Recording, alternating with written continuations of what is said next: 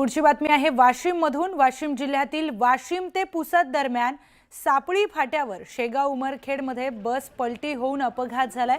Bike चालकाने अचानक bike आडवी आणल्यामुळे चालकाचं बसवरील नियंत्रण सुटलं आणि बस उलटली।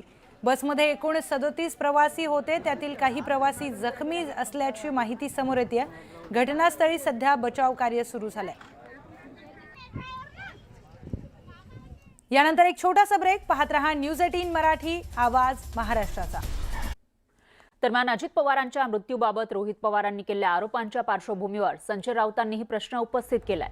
दादांना भेटायला आलेला पूर्व विदर्भातील तो नेता कोण आहे, ज्याच्यामुळे अजित पवारांना उशीर झाला? अशी कोणती फाईल होती? फाईलवर सही नसती केली तर महाराष्ट्र थांबला असता का, ज्यामुळे अजित पवारांना विमानानं जावं लागलं? असा सवाल संजय राऊतांनी केलाय।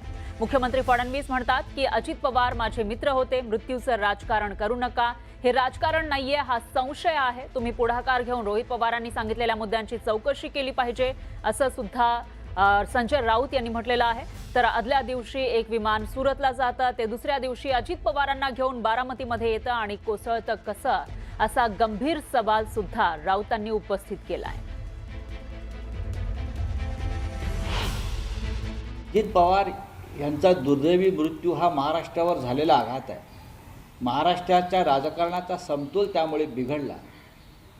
त्याच्यामागे काही सुनियोजित कट आहे का किंवा आहेच, हे पवारांच्या कुटुंबातली एक प्रमुख व्यक्ती जी विधिमंडळात आहे त्याने पुराव्यासह दाखवून दिल्यावरती देवेंद्र फडणवीस जे म्हणतात मुख्यमंत्री की अजित पवार माझे मित्र होते, त्यांच्या मृत्यूचं राजकारण करू नका, हे राजकारण नाहीच आहे, ही मागणी आहे, हा संशय आहे।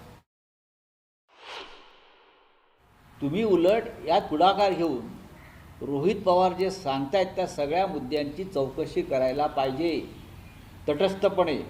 हे CID आणि अमुक वगैरे चौकशी करणार नाही, हा फार तांत्रिक विषय आहे, हा रहस्यमय आणि राजकीय विषय आहे।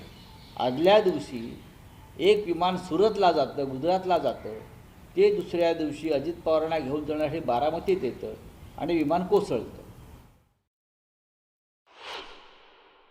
पूर्व विदर्भातले ते नेते कोण आहे सांगायला पाहिजे। ते भारतीय जनता पक्षाचे आहेत का, ते राष्ट्रवादी काँग्रेस पक्षाचे आहेत का, ते कुठल्या पक्षाचे आहेत, त्यांचं नाव सांगायला काहीच हरकत नाही। जर ते नेते पूर्व विदर्भाचे अजित पवारांना मुद्दाम उशिरावून भेटले असतील आणि त्यांचं मोटारनं जाण्याचा प्लॅन त्यांनी रद्द करायला लावला असेल तर त्या नेत्याची चौकशी व्हायला पाहिजे। तो नेता कोण, कोणत्या पक्षाचा आहे, अशी काय घाई होती ती फाईल घेऊन? अशी कोणती फाईल होती की त्या फाईलवर सही जर केली नसती त्या दिवशी तर महाराष्ट्र थांबला असता का? नाही, ती नक्की ती फाईल होती की अजित पवारांकडे जी भारतीय जनता पक्षाच्या भ्रष्टाचाराची फाईल होती असं अजित पवार सांगतायत, त्या फाईलचा ताबा घेण्यासाठी ते येऊन तिथे थांबले होते। हे फार गंभीर गोष्ट आहे। आणि या बारामती